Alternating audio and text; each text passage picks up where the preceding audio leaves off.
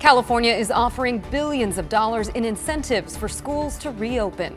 The deal Governor Gavin Newsom struck with state lawmakers. Plus, Johnson & Johnson rolling out its COVID-19 vaccine across the country. How it could be a game changer locally. And a California doctor attends video traffic court from the operating room. See the exchange with the judge and the possible legal action he could face. ABC 10 News at 5 starts now. In just a matter of weeks, more schools across California will reopen for the first time since the start of the pandemic. Good evening. I'm Kimberly Hunt. And I'm Lindsay Pena. Today, Governor Gavin Newsom announced a new deal to get students back in the classroom, and it includes a financial incentive. ABC 10 News reporter Rachel Bianco breaks down the details. The deal focuses on the youngest and most vulnerable students. Districts still in the most restrictive purple tier must return to in-person instruction for students up to second grade. Districts in the red tier must get all elementary kids back in class, plus one grade in middle and one in high school. The governor is giving an incentive, $6.6 billion set aside for districts that meet the requirements by March 31st. And our core belief is this. Once you dip your toe in, once you build a cohort confidently, once you build trust, then we will start to see a cadence of reopening across the spectrum. Back to school. Back to school. Some parents have been pushing for schools to open since the fall. Scott Davison has a middle school student in the Carlsbad district. Today's just another kind of step that's a couple months late, to get something passed, and it really doesn't require any school districts to reopen, I think is the bottom line, is that it provides some incentives that these school districts don't need. San Diego Unified and its teachers union already set an opening date for April 12th, provided the county is back in the red tier and teachers are fully vaccinated.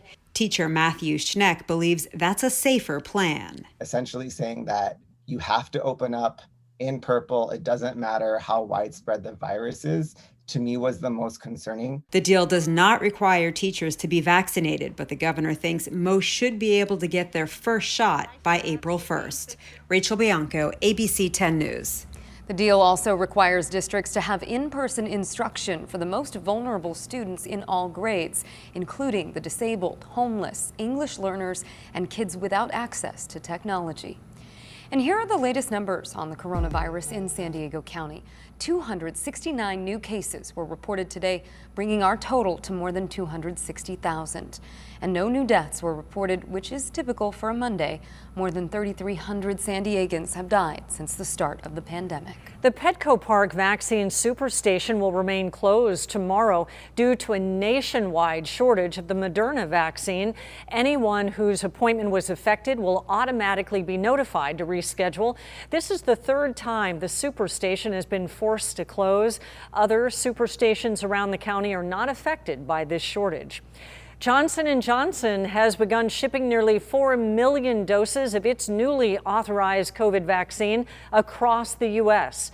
And this is now the third vaccine to receive emergency authorization in the U.S. As ABC 10 News reporter Mimi Alcala explains, this vaccine could make it a lot easier for San Diegans to get vaccinated.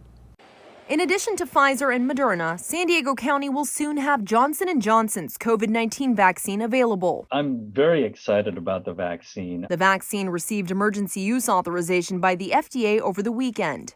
Dr. Will Sang, who has been on the front lines working with COVID-19 patients, is one of the leaders of Kaiser Permanente's vaccine team. He says this could be a game changer in San Diego for multiple reasons. You no longer need to have what's called a cold chain storage, where every step of the way, it needs to be at a certain temperature. The Johnson & Johnson vaccine can be stored in a normal refrigerator. It's also given in a single dose. While logistics are still being discussed, Sang says having this vaccine available could make it much easier to get vaccinated at your doctor's office. Every single office, every single clinics that have a refrigerator can be a point a source where anybody can get vaccinated. He says this could also be the answer to vaccinating homebound patients in a more efficient way. This will allow us to vaccinate anywhere. While the county still doesn't know when shipments will arrive locally, Governor Gavin Newsom says California expects more than 300,000 doses as early as this week. The Johnson & Johnson vaccine has a 72% efficacy rate in the U.S., which is lower than Pfizer and Moderna, but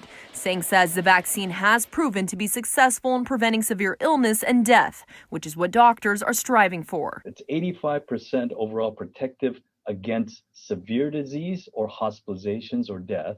And when you wait a little longer, meaning up to 49 days, it's 100% protective against dying or being in a hospital. Mimi Alcala, ABC 10 News. Medical experts across the nation are urging people to get any one of the 3 vaccines once they are available to them.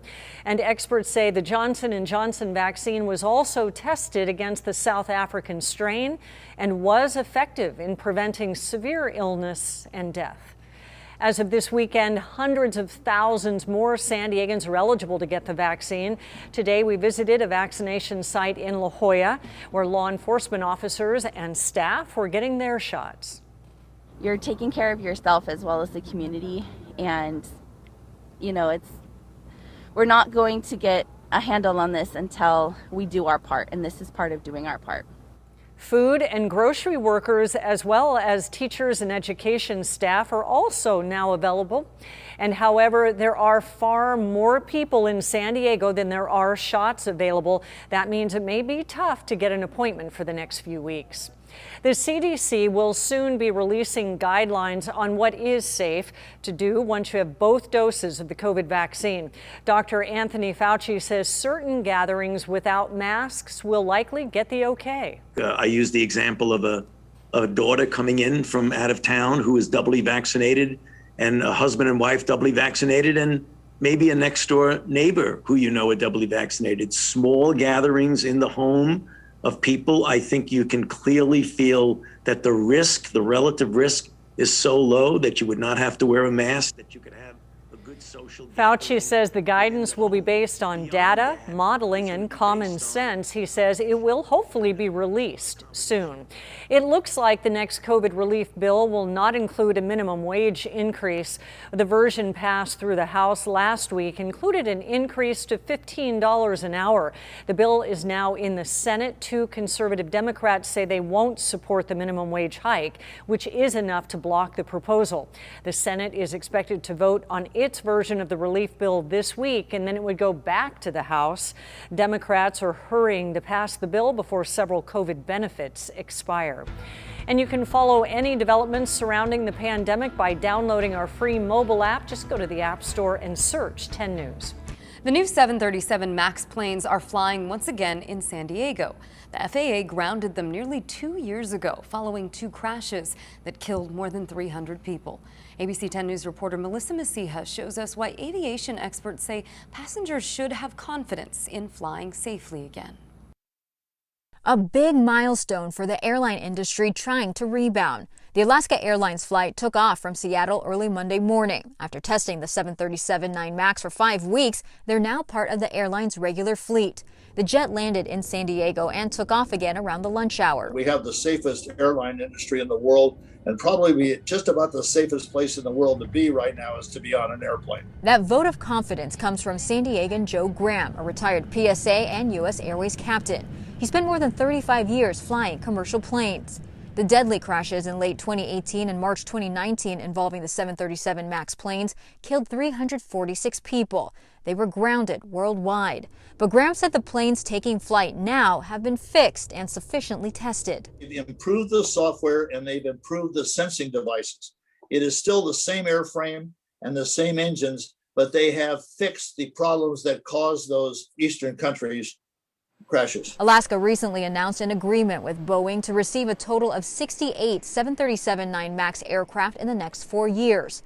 In an industry devastated by the pandemic, Graham hopes the improvements to these planes can calm passengers who may still be questioning how safe it is to fly. I would not hesitate to fly or fly on a 737 of any model right now. Melissa Masiha, ABC 10 News. American Airlines was the first to start flying the 737 MAX planes again in late December. United also recently started flying those planes again. Southwest plans to do the same later this month. Investigators are looking into what sparked a kitchen fire in a Normal Heights home. That blaze started at 2:45 in the 3500 block of Monroe Avenue. One man was home at the time and taken to the hospital to be checked out. The fire did cause significant damage to the inside of the home. Thankfully, firefighters were able to prevent the flames from spreading to any nearby homes. A third suspect is still on the loose after a short chase ended with a shooting in Serra Mesa overnight. It started when CHP officers tried to pull over a stolen car, but the driver took off. At one point, the driver stopped, so officers tried to approach the car. That's when they say the driver accelerated towards them and pinned one of them. Officers fired nearly a dozen shots. The driver took off, and the car was found abandoned a short time later. This is police radio traffic describing the moments they found one of the passengers, a 17-year-old girl, nearby the car.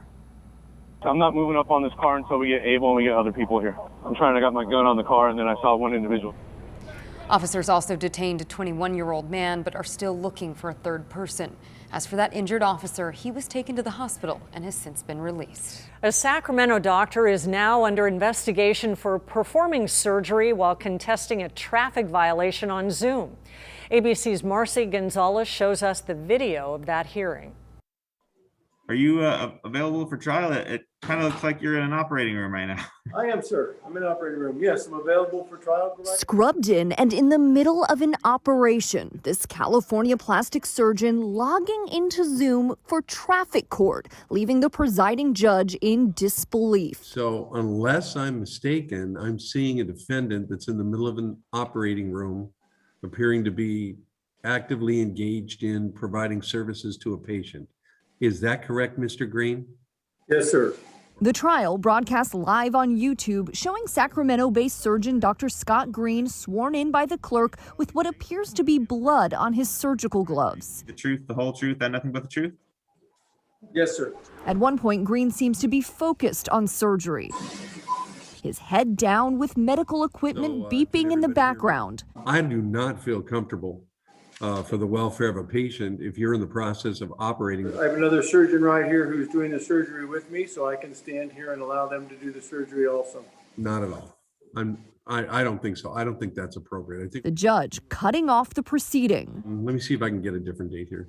I apologize, Your Honor, to the court. Sometimes surgery doesn't always go as the court. You know, it happens. We want to keep people healthy. We want to keep them alive. That's important. Experts say now Green could face legal action. With respect to his medical license, the issue is whether there was a violation of the standard of care. Additionally, the patient might have their own lawsuit for medical malpractice. The Medical Board of California tells ABC News it's aware of this incident and will look into it. I called Dr. Green's office and was told by a staff member they have no comment. Marcy Gonzalez, ABC News, Los Angeles.